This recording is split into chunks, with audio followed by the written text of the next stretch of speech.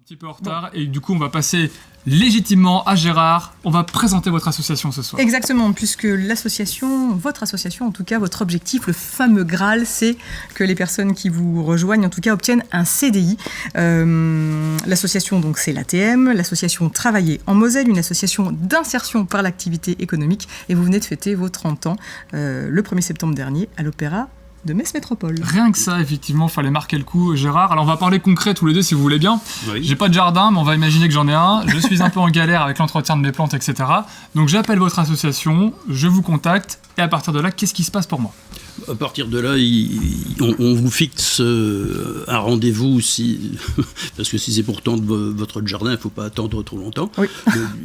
Un simple coup de fil suffit, on vous envoie quelqu'un, et puis ça se termine là. Sur des services en particulier, alors je parle de mon jardin, mais il y a plein d'autres exemples. Oui, bien sûr. On fait... Quand l'association a été créée, on parlait de petits boulots. En fait, on fait tout ce qui est mission sans qualification particulière. Il n'y a pas une liste exhaustive de missions, comme celle, par exemple, des emplois à domicile, des services d'aide à la personne. On fait cela aussi. Mais sinon, c'est très souvent l'utilisateur, le client, qui nous trouve, qui nous donne son besoin. Et on envoie quelqu'un à ce moment-là. Et ces petits boulots, alors en fait, ce sont des tremplins pour l'emploi, en faveur des bénéficiaires à la fois du RSA ou encore des demandeurs d'emploi de longue durée, entre autres.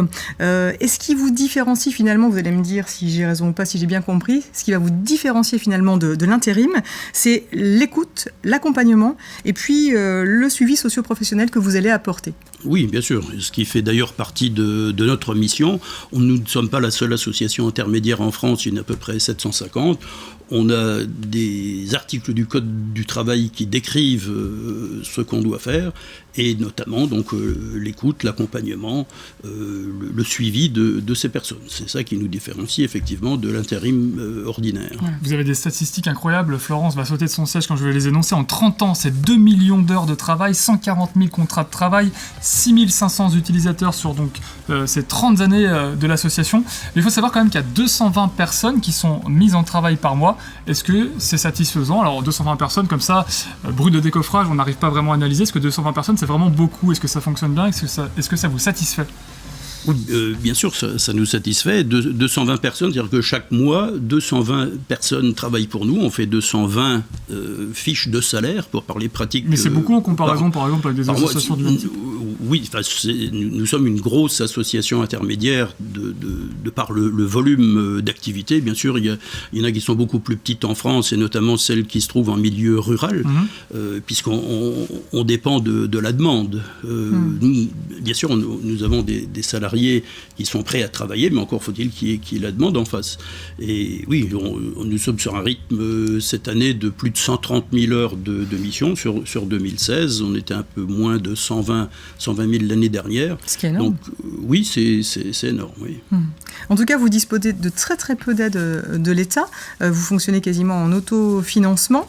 Quand on sait quand même qu'il y a 750 associations en France du même type que la vôtre, votre mission devient d'utilité publique. Est-ce que l'État ne devrait pas aujourd'hui vous donner peut-être davantage de coups Lancer un appel au gouvernement. Je n'ai pas pour habitude de donner des leçons ou surtout de demander aux autres ce qu'ils doivent faire. On aime bien se prendre par le bout du nez.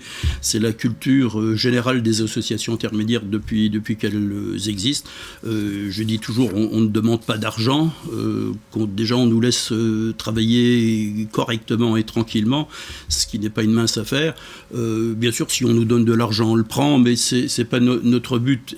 On travaille en fait, et on dégage même des bénéfices, il n'y a aucune raison, sur la marge entre ce que nous coûte un salarié mis à l'emploi et le tarif qu'on pratique. Donc on a quand même de quoi agir au cas où ça va un petit peu moins bien. Bon, vous évoluez dans des conditions sereines. Merci beaucoup Gérard d'avoir été avec nous et longue vie donc à l'ATM. Vous reviendrez, je vous le promets, avant les 50 ans. C'est une certitude. Et donc on va... Il y a le site. Il y a le site, bien entendu. On peut vous retrouver rue Santé Ami à Metz. Voilà. Merci. Téléphoner, ainsi que moi, vous avez un petit problème avec vos plantes. Enfin, ça, je me l'imagine parce que j'ai pas de jardin. On va donc terminer cette émission avec une touche de culture.